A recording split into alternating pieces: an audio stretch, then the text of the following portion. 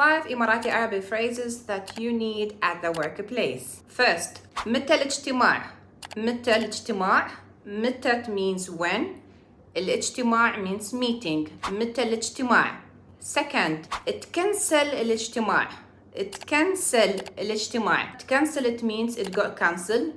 الاجتماع means meeting. اتكنسل الاجتماع. The meeting got cancelled. طرش لي الإيميل. طرش لي الإيميل. To a male and to a female. طرشي لي الإيميل. طرشي لي الإيميل. طرشي لي means send me. طرش and طرشي لي الإيميل. Number 4. ما وصلني الإيميل.